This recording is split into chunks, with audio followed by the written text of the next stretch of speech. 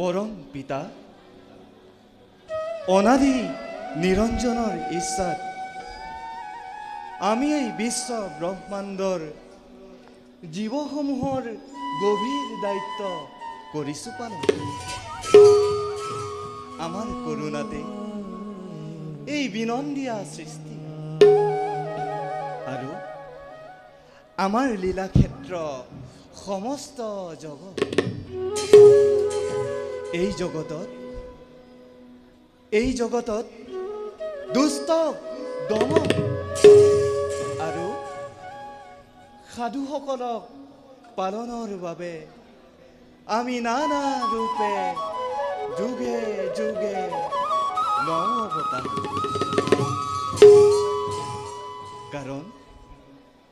কাৰণ আমি এই জগতৰ গৰাকী, আমি বিষ্ণু সৰ্বধৰ্ম